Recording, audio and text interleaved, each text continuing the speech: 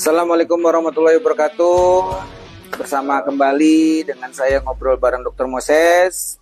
Jadi kali ini sahabat Dr. Moses di rumah, kita memberikan edukasi tentang kesehatan kembali. Hari ini saya bawa dokter spesialis yang ganteng. Nah, ini dia Dr. Nuski, dokter spesialis penyakit dalam. Jadi beliau bertugas di RSUD Kabupaten Kepulauan Meranti, Selat Panjang. Jadi hari ini sahabat Dr. Moses, pemirsa di rumah, jadi kita memberikan tema hari ini adalah hipertensi ya, kali ya, darah tinggi kalau bahasa awamnya yang sering disebut. Jadi nanti dokter bisa memberikan gambaran apa itu hipertensi, terus gejala-gejala khasnya, terus kemudian tata laksananya dan upaya pencegahannya yang bisa kita lakukan supaya kita bisa sehat. Monggo, silakan dok. Baik. Jadi kalau darah tinggi ini kita definisikan kapan seseorang itu bisa dikatakan hipertensi ketika kalau diukur tekanan darahnya ya oleh orang yang berkapasitas lah ya di puskesmas atau di rumah sakit, ternyata tekanan darahnya itu melebihi dari lebih atau sama dari 140. Nah, yang sistolnya, yang diastolnya lebih atau sama dari 90. Ya, jadi setelah diulangi 2 kali ya minimal masih sama di atas 140 atau di atas 140/90, maka itu sudah bisa didiagnosis sebagai hipertensi. Dan mungkin diklasifikasikan juga berdasarkan berat ringannya. Nah, jadi ada yang ringan, sedang, dan berat ya kan. Nah, kalau yang ringan mungkin 140 sampai di atas 160 kalau sistolnya ya. Kalau ya 160 sampai 180 mungkin sedang, kalau yang berat mungkin di atas 180. Jadi sekarang mau umur berapapun, mau baik itu dia masih muda ataupun usia pertengahan ya parubaya maupun usia tua, efek daripada tekanan darah tinggi itu sama. Jadi kita tidak memandang lagi kalau usia 60 ke atas itu tidak apa kalau 150 tensinya. Salah. Kalau sekarang tidak begitu lagi konsepnya. Jadi tidak memandang usia lagi. Jadi kalau sudah di atas 40 berapapun usia kita, itu harus segera ditangani seperti itu ya. Kalau dilihat dari gejalanya, kalau ditanya ya apa gejala hipertensi, itu gejala hipertensi yang betul-betul karena hipertensi itu sendiri sebenarnya tidak ada. Tidak ada.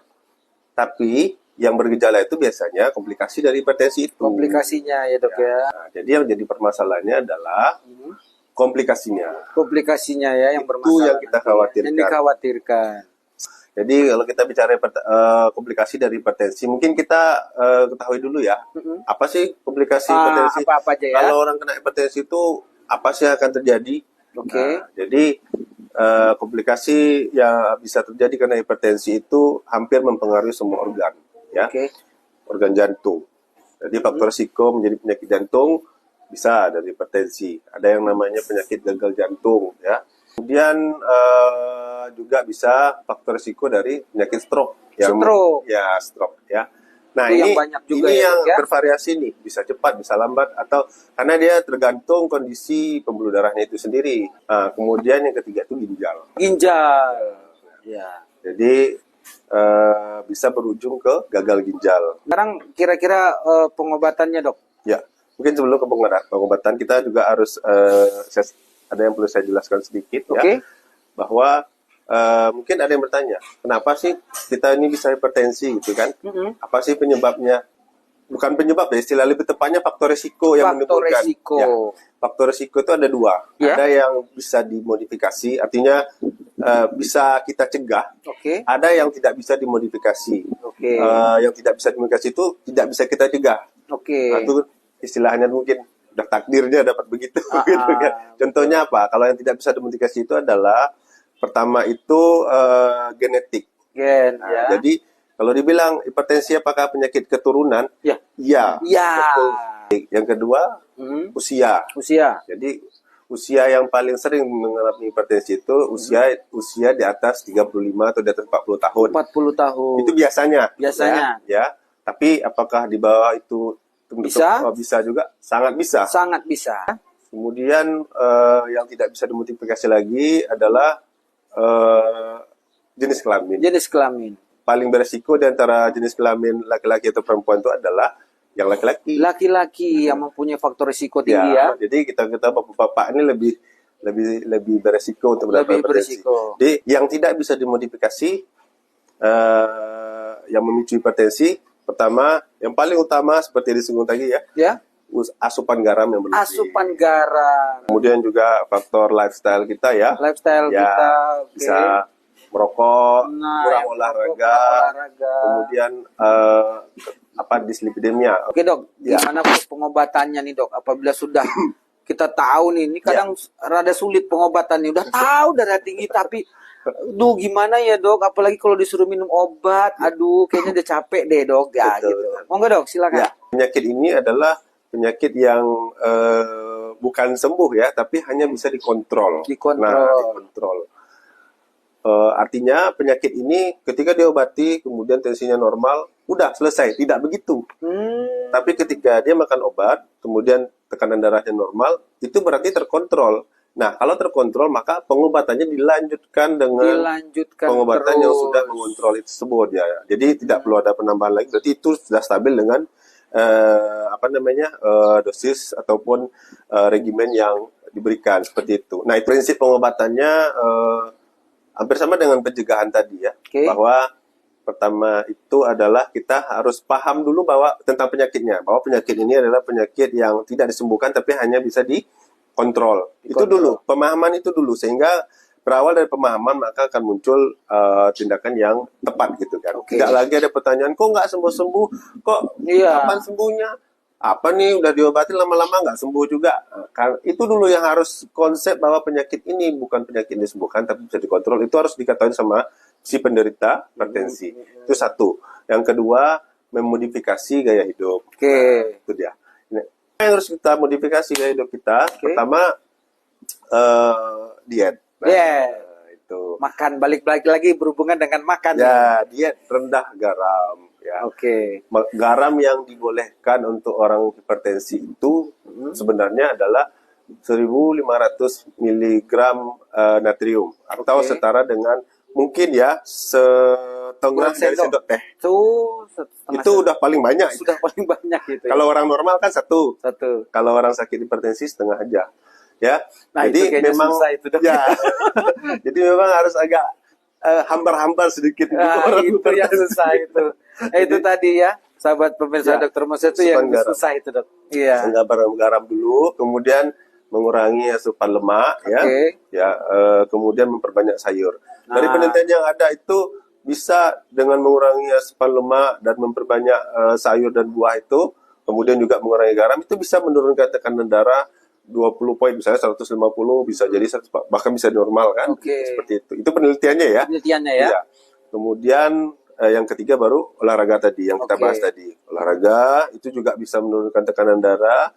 Kemudian pola hidup sehat lah ya, tidak merokok, tidak minum alkohol, kemudian tidak sedentary life ya. Maksudnya semuanya aktivitas itu dengan bergerak gitu kan. Tidak banyak pakai motor, duduk, rebahan ya kan, tapi mager yang lebih kerennya mager ya kan, malas gerak ya kan, rebahan ya kan, apa-apa naik tangga lantai 2 naik lift gitu kan, itulah contohnya, jalan ke sana naik ojek gitu padahal bisa jalan gitu. Jadi kalau itu sudah bisa dimodifikasi semua gaya hidup sehat ya, itu bisa menurunkan tekanan darah. Nah, kalau itu tidak berhasil, barulah masuk yang kedua, yaitu dengan obat-obatan. Nah, kalau obat-obatan ini itu memang harus konsultasi ke dokter. Jangan sembarangan. Jangan pernah beli obat ke apotik tanpa ada. Ini khusus obat hipertensi ya. Ini dia. Cari ke apotik. Saya mau cari obat hipertensi dikasih tanpa arahan dari dokter, itu berbahaya Bapak Ibu, berbahaya pemirsa. itu berbahaya ya. Jadi begitulah ceritanya darah tinggi hari ini pemirsa. Itu baru sekelumit, Pak. Itu baru sedikit aja. Namun itu harus dipahami. Kenapa? Yang paham dengan kesehatan dia bisa menjaga kesehatannya. Insya Allah kasus hipertensi ini bisa ditangani ya, apalagi dengan faktor-faktor resiko atau komplikasi yang akan terjadi itu sebenarnya bisa kita cegah ya dok. Oke dok, yang terakhir pesan-pesannya untuk pemirsa di rumah dok, silakan dok. Jadi untuk pemirsa sekalian, jangan anggap sepele penyakit hipertensi ya. Dan kalau sudah kita didiagnosis oleh dokter sebagai penderita hipertensi, maka kita jangan pernah berpikir untuk tidak bosan untuk mengkonsumsi obat-obatan, gitu kan?